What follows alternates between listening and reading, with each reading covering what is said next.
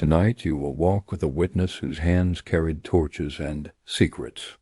In this video we unspool a slow, terrible truth. How 300 men were left at a mountain while an empire watched, and how 10,000 returned not for glory, but to answer a debt carved into the earth. Expect a story told like an old oral tale, intimate, haunted, and relentless.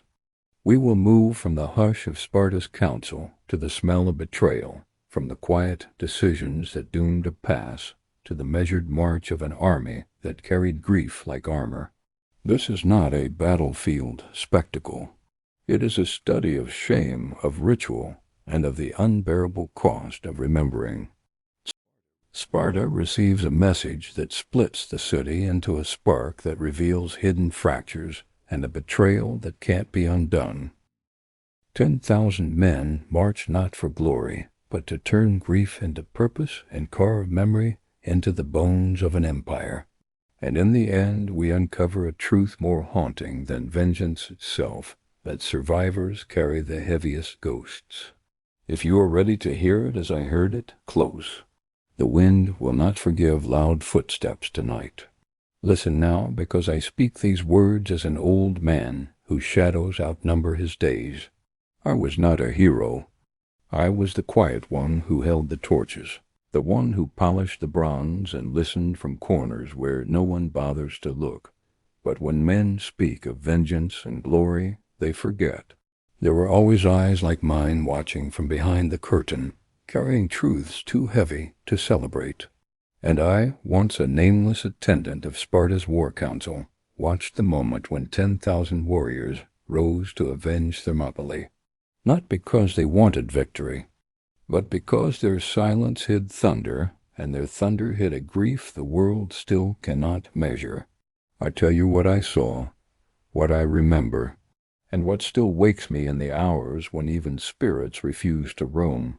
They say the dead cannot whisper, but the night after Thermopylae fell, I swear I heard 300 voices breathing through the ashes of the mountain pass, voices carried by wind, brittle with frost and betrayal.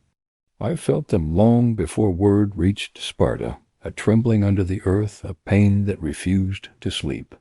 And when the messenger finally staggered through the gates, bleeding dust and fear, all he could say was, "They didn't fall. They were betrayed." Those words cut Sparta deeper than any spear.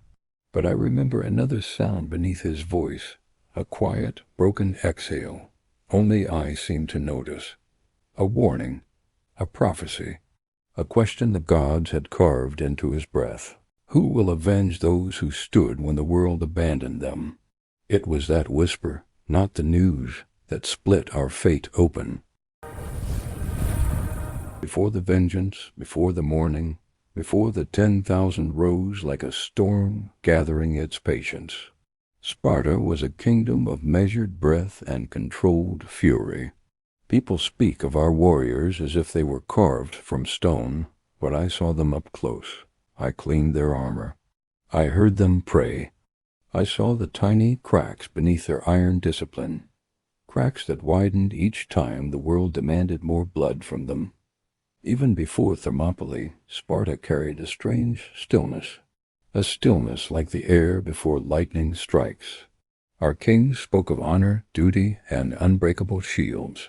But what I remember most was the silence after every speech, a heavy silence, like thousands of men trying not to choke on the uncertainty in their throats. For years, Persia had been a shadow widening across the horizon, its armies endless as tidewater, its ambitions swallowing cities like candle flames. Sparta's council debated, argued, whispered, but always in restrained tones, as though speaking too loud might summon the storm faster. I stood at the edges of those meetings, pouring wine, holding tablets, sweeping dust only to hear the same words repeated. Leonidas cannot hold forever. 300 is a message, not an army. Xerxes will not stop until Greece kneels. But there was another sentiment they never spoke aloud, though I heard it clearly in the way they avoided each other's eyes. We sent them to die, and that truth Unspoken but understood was the first betrayal. The men who would become our avengers were still in the city then, young, old, weathered, untested, every one of them shaped by loss already, brothers, fathers, lovers, killed in skirmishes spanning decades. I walked among them every morning, handing out equipment, sharpening spears, listening to half-formed confessions. Some prayed to Ares with clenched teeth. Others whispered to ancestors I could not see. One man, Demarian, a giant whose laughter once made children flee in delight, sat alone behind the barracks every sunrise, pressing his forehead to the earth. I asked him once what he was listening for. He said, "For the sound of the men who died before me.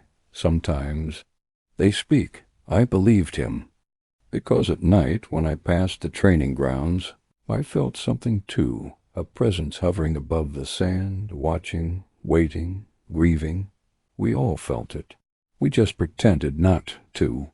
Sparta was a city pretending not to tremble. The news of Thermopylae's last stand did not arrive quickly, but the fear arrived early. I saw it in the council chamber when an advisor dropped his stylus, in the Agoj training yard where even the strongest boys glanced toward the mountains as if searching for smoke, and the women weaving cloaks, their fingers slower than usual, their threads tightening like nerves pulled taut. Something was wrong. Something had cracked in the world's order. When the truth finally reached us, that the pass had been surrounded, that Leonidas had made his final stand, the city did not erupt. It simply stopped. Movement halted. Conversations froze. Even the sun seemed to pause in the sky, as if reluctant to shine on what it now witnessed. But it wasn't the defeat that stilled us. We Spartans knew death. We respected it. It was the betrayal. A traitor had guided Persia through the hidden path. A single whisper in the wrong ear had undone the courage of thousands. The name burned through Sparta like wildfire. Ephialtes, a man who traded his home for favor from a king who viewed him as dust. To this day, I believe he never understood what he had broken. Some men betray empires without realizing the weight of the doors they open.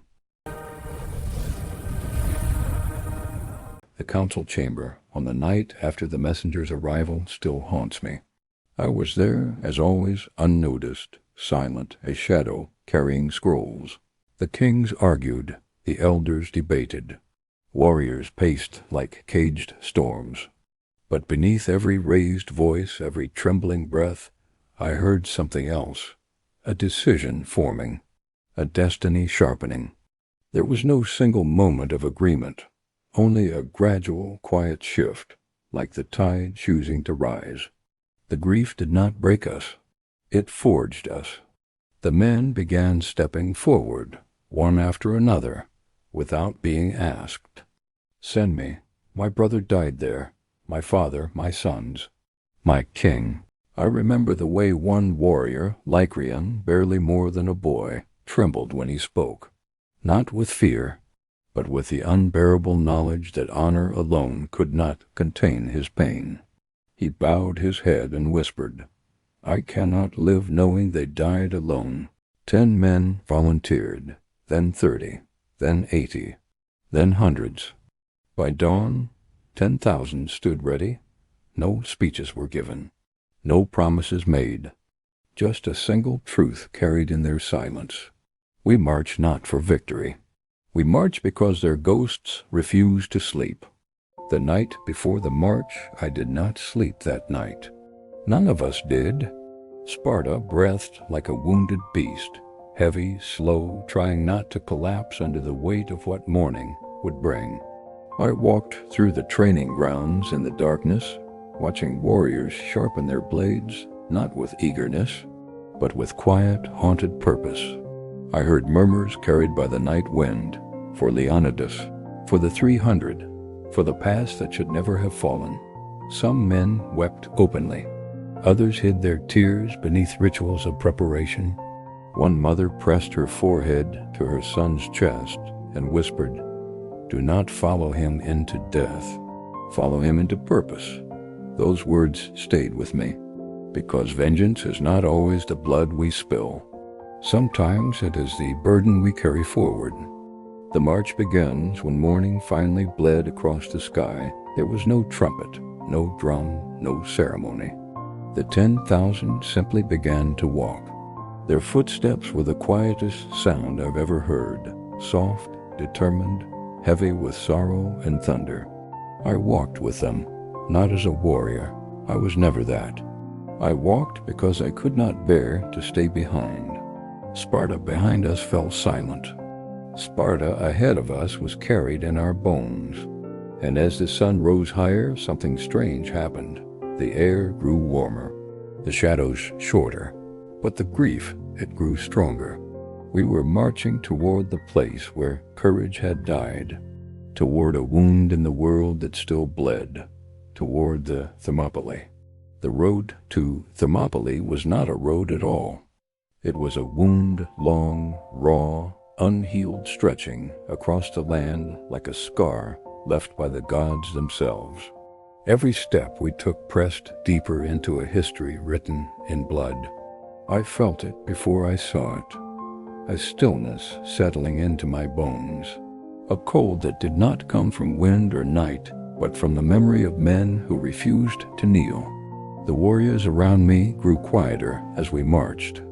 And Spartans are quiet men to begin with, but this silence was a living creature walking beside us. It hid thunder. It carried 1,000 unspoken questions and 1,000 more regrets, because vengeance is not loud in its beginning. It whispers first, it tests the heart. It asks, "Do you truly know what you're marching toward?" I did not fully. But I followed anyway.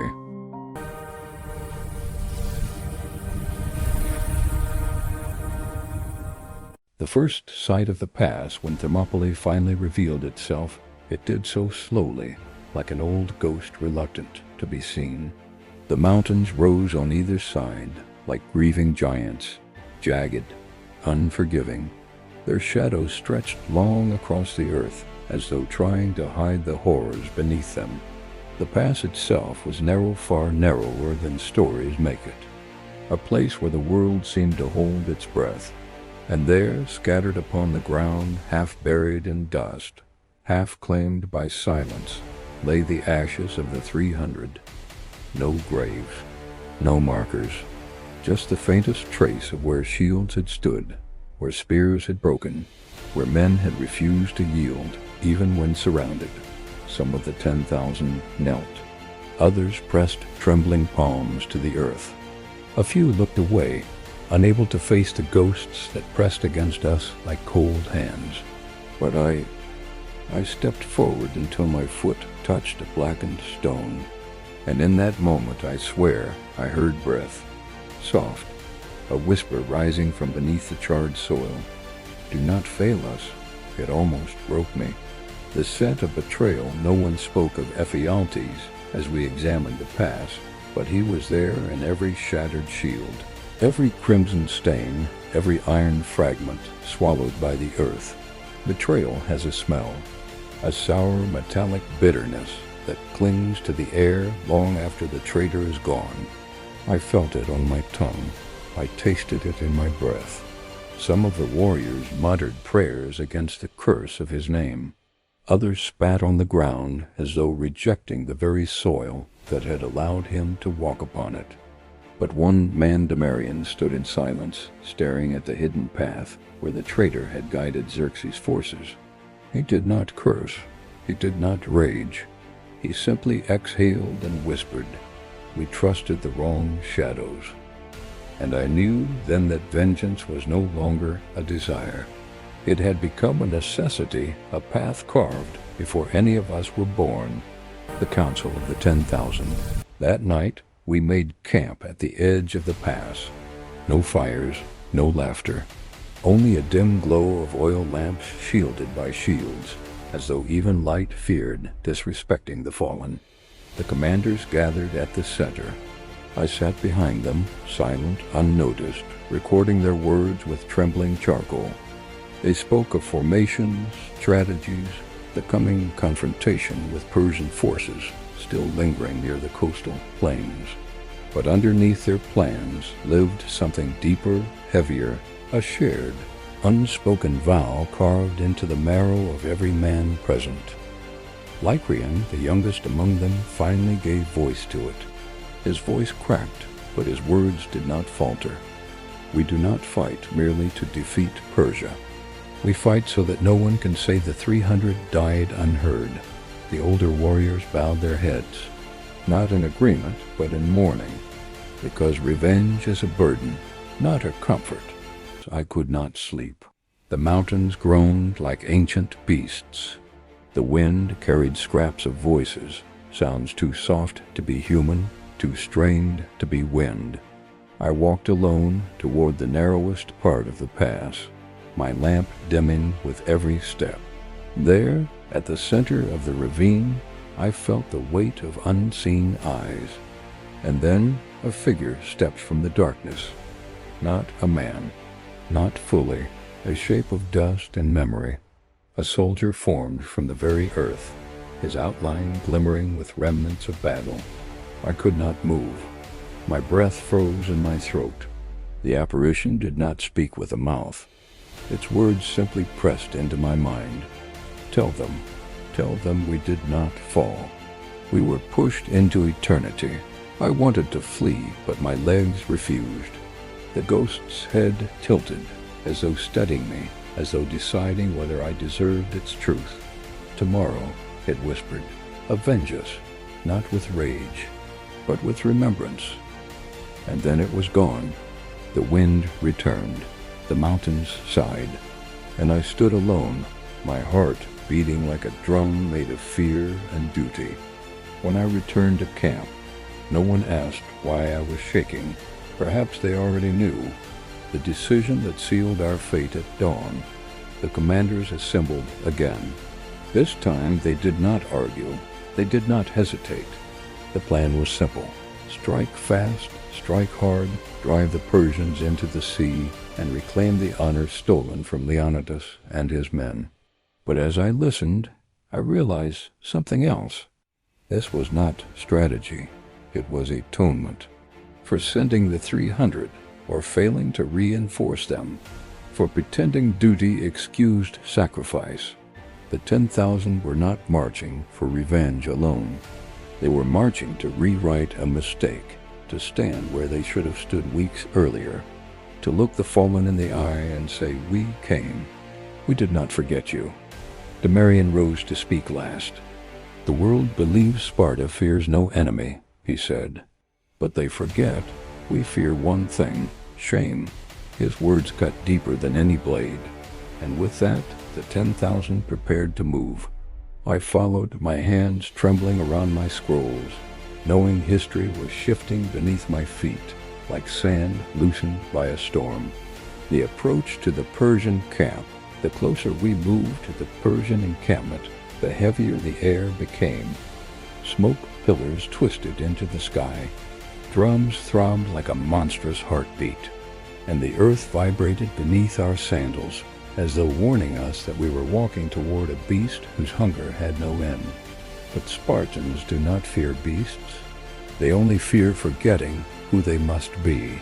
When the first Persian scouts spotted us, they did not approach, they fled, because even from a distance, 10,000 Spartans marching in absolute silence looked less like men and more like a judgment.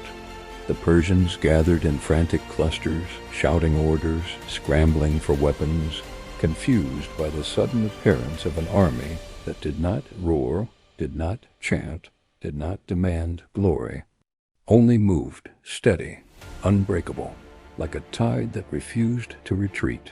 And for one brief moment, as we crested the final ridge overlooking the plain, I felt something I had not felt since childhood. A quiet, trembling awe, not of the battle ahead, but of the men I walked beside. They were no longer 10,000. They were grief made flesh. They were thunder made patient. They were the answer the mountain ghosts had been waiting for. Dawn broke like a trembling hand opening for the first time after tragedy.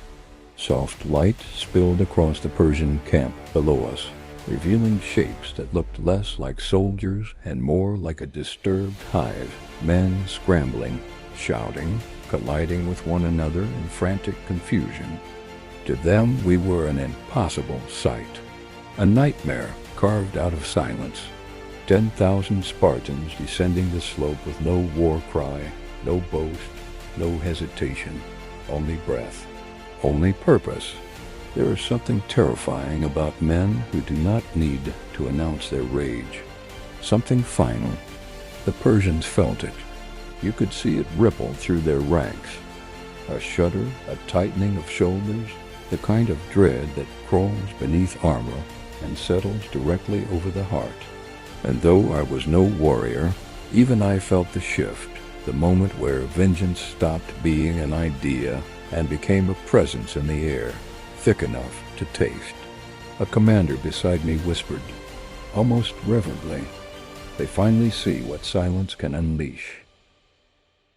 The wind before the first clash, we did not charge.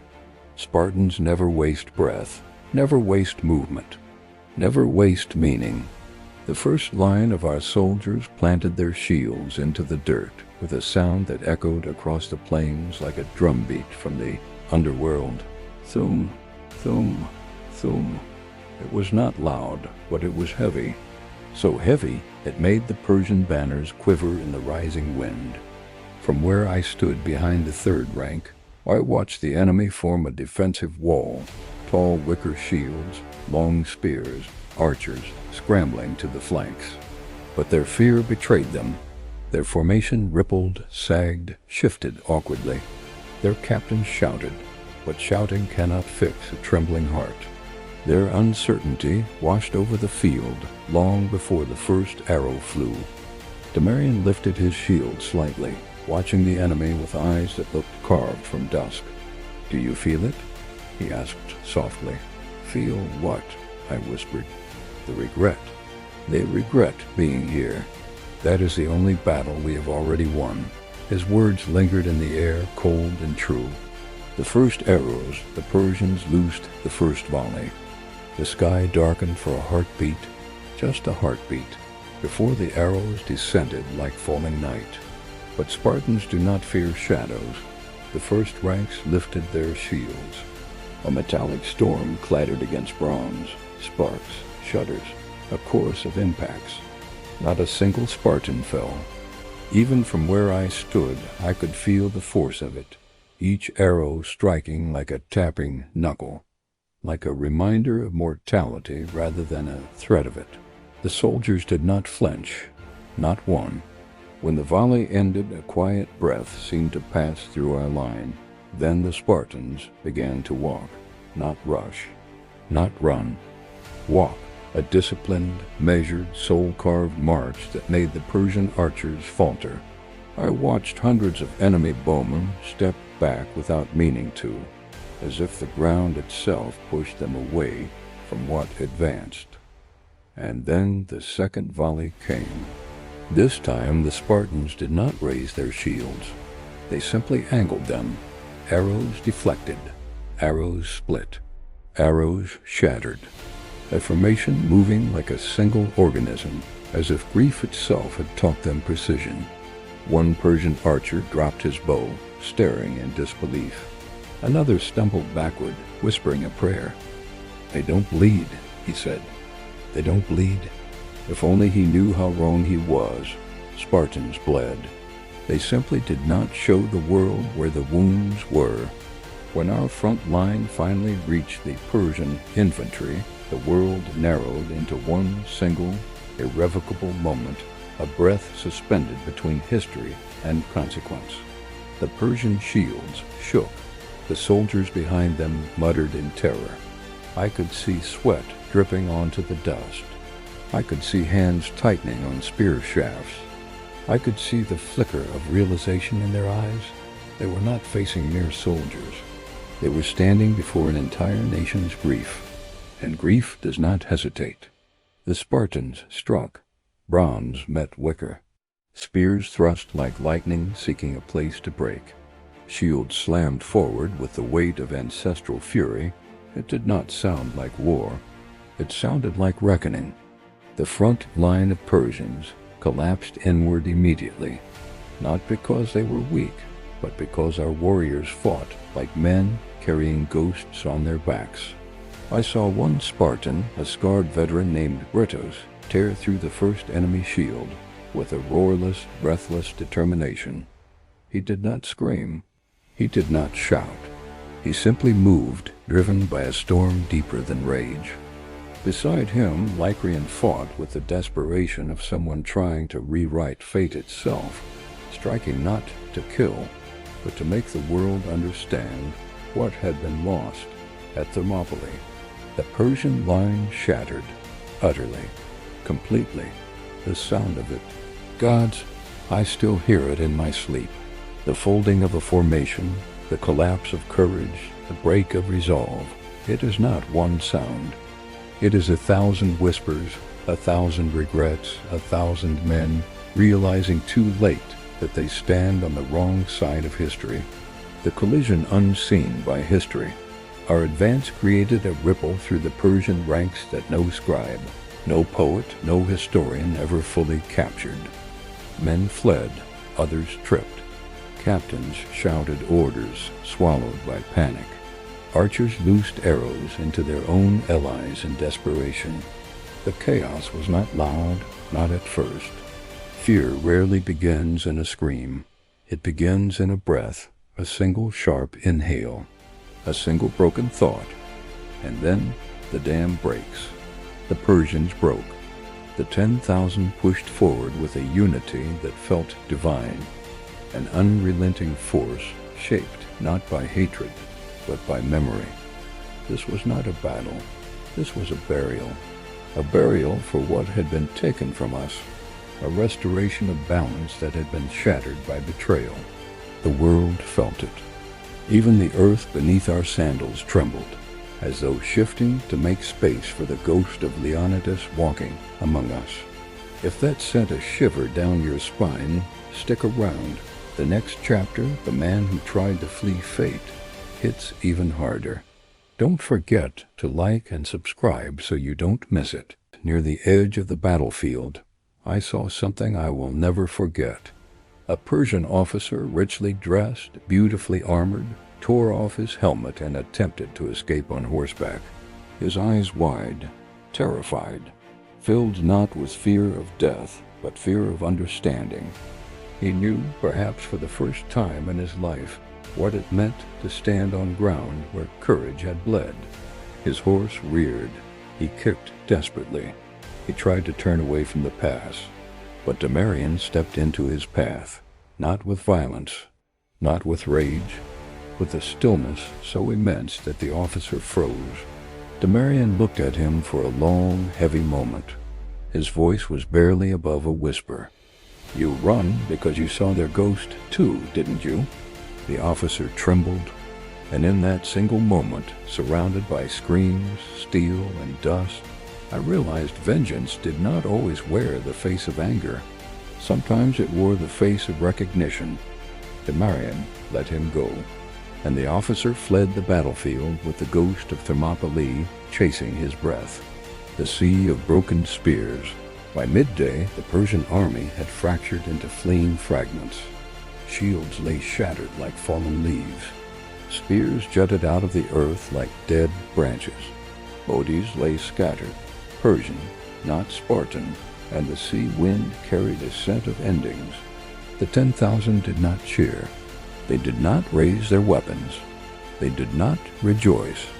They simply stood among the wreckage of vengeance fulfilled, breathing as one 10,000 hearts, carrying one silent truth. This was not victory. This was remembrance. As I walked among them, trembling with the weight of what I had witnessed, I felt something cold brush against my shoulder. I turned. No one was there, but I heard the whisper, "Tell them we were not forgotten." The ghosts had been waiting, and now they rested. The battlefield did not feel like a place of triumph. It felt like a place where the world had exhaled for the first time in weeks. A long, heavy release of breath held too tightly in its chest. The 10,000 stood scattered across the plain, their armor darkened with dust and sweat, their eyes searching the horizon, not for enemies, but for meaning. Victory is a strange thing when born from grief. It does not rejoice. It does not sing. It simply stands there, heavy and unsteady, unsure of what comes next. I moved through the aftermath with trembling steps, my scroll clutched so tightly my knuckles burned. Bodies lay around us, still as fallen branches. The wind tugged gently at their cloaks, as if trying to wake them, as if unaware that some sleeps do not end. The Persians who still breathed did so in broken gasps, staring at us with eyes wide, not from pain, but bewilderment, as though they could not understand what force had crushed them so completely without screaming. But the Spartans, they remained silent. Even in victory, they honored the ghosts that had brought them here. The mist that rose from the earth, a thin mist, began to curl along the ground, rising from the battlefield like a veil softening the hard edges of death. Some believed it was simply the morning sea breeze mixing with the blood-warmed soil. Others thought it was the gods themselves arriving to witness what had been done. But I believe the mist was them, the 300, the fallen, the men who held the pass until betrayal slipped beneath their shields. I felt them, not as specters or visions, but as a warmth pressing against my spine, a presence settling over my shoulders like a cloak. The mist drifted between the Spartans' legs, winding around their ankles, climbing their greaves as though greeting old friends. Demarian bent down, letting the mist brush his fingertips. "Are they at peace now?" I whispered. He did not look up. "They are seen," he murmured. "That is enough." Before the sun could climb too high, the commanders ordered a slow march back to Thermopylae, not toward home, not toward rest, but toward the place where courage was buried beneath betrayal. The soldiers moved in near silence. Their steps echoed softly across the trampled earth, each footfall a quiet promise. When we reached the narrow throat of the pass again, a hush fell over the ranks. No one needed to be told what to do. The 10,000 formed a long line, stretching from cliff to cliff, blocking the path, as if sealing it with their bodies. The air grew still. Even the sea wind quieted, as though holding its breath. And together, as one, the Spartans lowered their heads.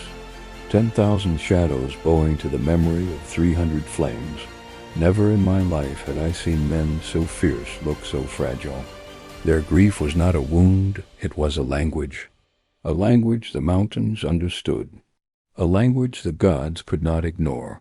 One by one, without command, the warriors stepped forward, planting spears into the ground in a line that followed the curve of the pass, a forest of bronze and ash. Some planted them gently. Others drove them down with trembling rage. Some whispered prayers into the shafts. Others pressed their foreheads against the wood. Lycrian knelt, tears darkening the earth beneath him. "My brother, I found where you stood," he whispered. "I saw the mark your shield left in the soil." He pressed his spear so deeply into the ground it hummed. Demarian planted his next, hands steady despite the quiver in his jaw. Britos leaned his weight against his, eyes closed, whispering a name I could not hear. And I carried no spear, but I stepped forward anyway. I placed my hand on the earth where the ghost had spoken to me the night before. The soil was warm, as though hearts still beat beneath it. I whispered, "You were not abandoned. You were not forgotten." The ground did not answer, but the wind did, a soft breath brushing against my ear. When the ritual ended, the commanders ordered the army to prepare for the march home, but no one moved. Their bodies shifted, Their armor rustled, yet their feet rooted to the earth, as if the souls of the fallen held them there for one last moment. Finally, King Leotychides stepped to the front. His voice was raw, uneven, a sound I had never heard from a Spartan ruler. "We leave nothing behind," he said. At first I thought he meant weapons, shields, supplies. Then I understood. The memory, the duty, the debt, we carried it all with us. 10,000 men marching away from the past did not lighten the air. It grew heavier, as though the burden had shifted from the dead to the living. And as we walked, I realized the truth. We did not avenge the 300. We joined them, not in death, but in purpose. Their story was now folded into ours, their courage sealed into our breath, their sacrifice woven into our shadows. The road home felt longer than the road to battle. Victory should have eased our steps, but it didn't. Every man walked with shoulders hunched, as though carrying an invisible weight. Every silence was deeper. Every breath felt stolen from the past. Villages we passed fell to their knees, cheering, weeping, praising the 10,000 for what they had done. But the Spartans did not raise their arms in acknowledgement. They did not wave. They did not smile. They nodded, briefly, politely, like men accepting condolences rather than admiration. Because vengeance is not a crown. It is a chain, and the chain was now wrapped around every one of us. When Sparta's gates finally rose before us, the people filled the streets. Mothers searching faces for sons. Wives pressing hands against their own trembling hearts. Children craning their necks, looking for familiar armor. But the moment the first ranks entered the city, a strange hush spread like ripples across water. The people expected victory, triumph, celebration. What they saw instead was 10,000 men walking like ghosts, dust-covered, hollow-eyed, carrying a grief too vast for song or feast. The crowd stepped back instinctively, creating a corridor through which the army passed. Some whispered, "They avenged the 300. Others murmured, "Why do they look more burdened than before?" And one old woman, her hands trembling, whispered, "They brought the dead back with them." I turned at her voice. Her eyes met mine, sharp, ancient, knowing. "You've seen them, haven't you?" she said softly. I could not speak. She nodded, understanding everything my silence confessed. "Ghosts follow those who keep their promises," she murmured. "Be careful. Some ghosts stay forever." The chamber of memory that night, the commanders gathered in the council hall to record the day's events. I was summoned, scroll in hand, charcoal ready. But as they spoke, recounting strategies, formations, outcomes, their words felt hollow, cold, detached.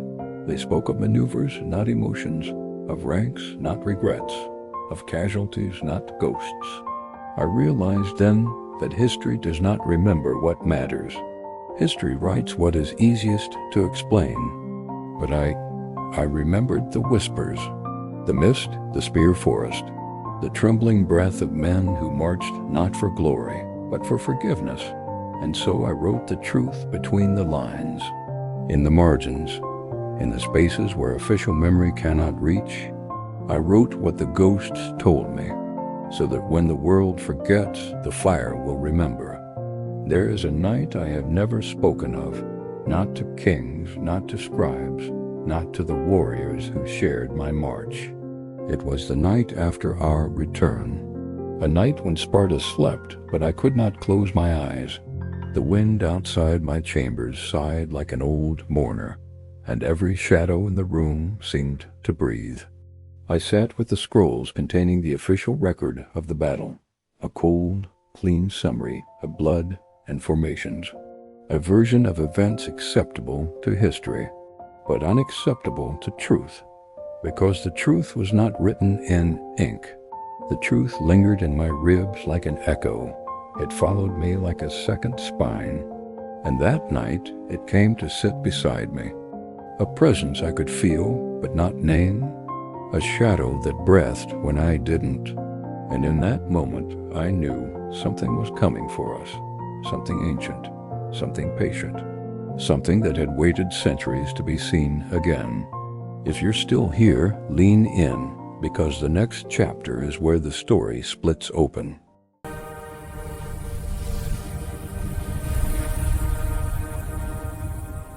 The knock was soft, barely a sound, the kind of knock you feel more than hear. When I opened the door, Lycrian stood there, the youngest of the Avengers, the boy who fought like a man twice his age and mourned like one 3 times older. His armor was still dusted with the earth of the battlefield. His eyes were red-rimmed, as though he had not slept since the pass. "I cannot stay in my home," he whispered. "The walls are too quiet." I stepped aside. He entered without looking at me, moving as though carrying someone else's shadow on his shoulders. He sat near my hearth, hands clasped, breath shaking. "The others," he said, his voice cracking like old wood. "They say we did what had to be done. They say we honored them." He stared into the fire. "But why do I feel like we failed them again?" I did not answer. The truth in his question was heavy and delicate, like a clay bowl filled to the brim. Lycrian's whisper trembled. "I saw where my brother died. I touched the ground. But it didn't feel finished."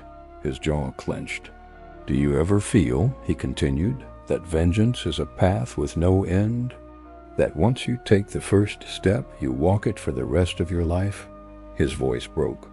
I thought avenging him would free me. Instead, it chained me. There was nothing I could say to ease him.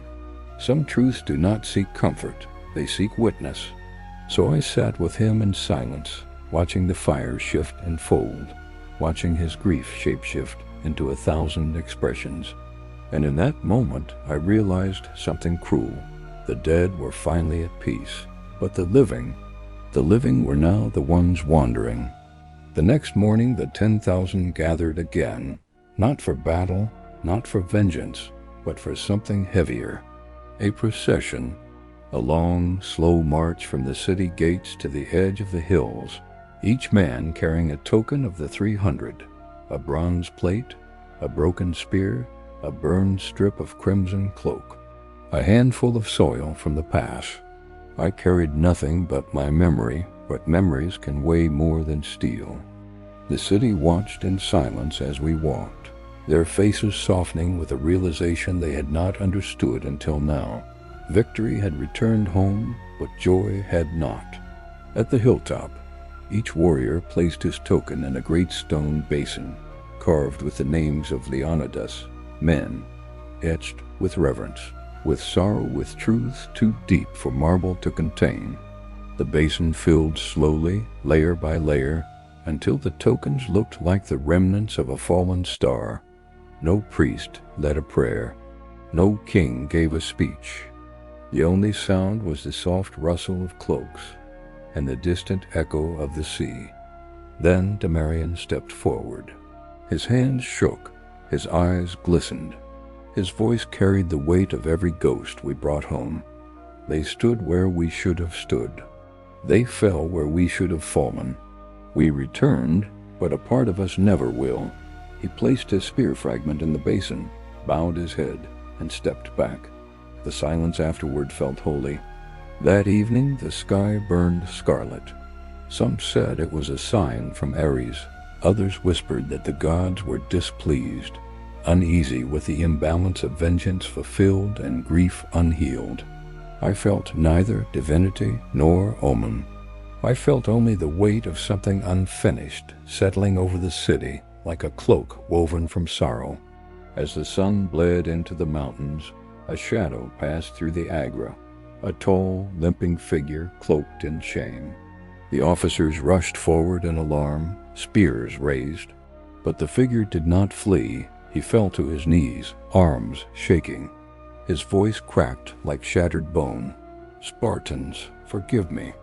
A whisper ran through the crowd, horrified, disbelieving. Ephialtes, the traitor. The man whose betrayal had carved a wound across the land. He had returned, or perhaps he had nowhere left to run. I felt the 10,000 shift beside me. Rage, shock, disbelief, grief, all rising like a storm ready to swallow the world. But Ephialtes did not look at them. He looked at me. Me, the quiet scribe, the unseen attendant, the man who held memories more carefully than he held breath.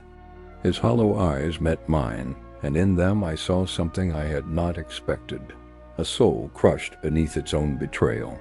I did not know what I was destroying, he rasped. I thought they would simply retreat. He had given the pass to the Persians because he thought Spartans would retreat. He had never understood them, not truly. And as he shook there on the stones, a truth hollowed me out from the inside. Some betrayals are born not from malice, but from ignorance. Ignorance that grows into a monster before the traitor even sees its face. The commanders stepped forward, hands on their blades. But the 10,000, they did not move. Not because they lacked hatred, but because hatred felt too small. Ephialtes looked around, at soldiers who had avenged what he destroyed, at a city whose grief he had shaped, at the faces of the men he had condemned to legends written in ash. And he whispered, "Please, finish what I started. Not a plea for death, a plea for release." The commanders waited for the 10,000 to pass judgment. But no warrior stepped forward, no sword lifted, no spear leveled. Instead, Demarian spoke, voice low, trembling. "You stole their lives," he said, "but we will not let you steal our peace." Ephialtes lowered his head, sobbing. "I cannot live with what I have done." Demarian's voice cracked. "Then learn too." He turned away. The 10,000 followed, one by one, their silence a verdict harsher than execution. Ephialtes remained kneeling, a man drowning in the ocean of his own choices. And I stayed behind. His breath rattled. "Why did they spare me?" he asked. I knelt beside him. "Because death is mercy," I whispered. "And what you gave them was not mercy." He sobbed harder, clawing at the stones. "They will never forgive me?" "No," I said. "And that is the truth you must carry." I left him there, a broken silhouette beneath a blood-red sky. Some betrayals never die. They simply learn to walk. When I finally returned to my chambers, I felt the ghosts gather around me, gentler now, quieter, as if watching the final shape of the story unfold. I sat with my scroll and ink, the firelight trembling across the walls like distant memories. And I wrote, not the version the commanders wanted, not the version fit for monuments, not the version shaped by kings. I wrote the truth as I saw it, that vengeance is a fire that gives light, but leaves ash in the lungs, that justice can heal wounds, but not hauntings, that betrayal is not a single act, but an echo that never stops returning, and that 10,000 Spartans avenged Thermopylae, not by killing Persians, but by refusing to let the 300 vanish from the world's heartbeat. At dawn, I set down my quill. My hands trembled, my eyes burned, and from somewhere behind me, in the shifting glow of dying embers, I heard them, a whisper, a sigh, a truth carried on breath that was no longer breath. "Remember us?" I bowed my head. "I will." Years have passed since that march. My hair has grown white as winter salt. My bones ache with the weight of things I never meant to carry. But the ghosts still walk with me. They linger in the corners of quiet rooms. They whisper in the folds of my cloak. They rest their invisible hands upon my shoulders when I wake in the hours before dawn. And I do not fear them, because some spirits do not return to torment. They return to remind me of the fire that once burned on that mountain pass. Remind me of the men who held back an empire with the strength of their souls. remind me that treachery may break bodies, but it cannot touch memory unless we let it. So I speak their story, not for glory, not for kings, for them, for the ones who stood when standing meant dying, for the ones who died believing Greece would remember, for the ones whose names echo through my ribs every time the wind sighs across stone. And when my own breath leaves this world, I know whose footsteps will greet me in the dusk, the 300, the 10,000, the fallen and the avengers, the betrayed and the redeemed. And they will ask me the question they carved into my spirit long ago. Did you keep the fire alive? I will answer with the last truth I have. Yes, and it still burns. The fire dims now, the shadows grow long, but the story does not sleep. It waits for the next voice to whisper it into the dark. If this tale has stirred the ashes inside you, let your voice join ours. Share this story, subscribe to keep the flame alive, and return for the next chapter on time and treachery, where another forgotten fate waits to be unearthed.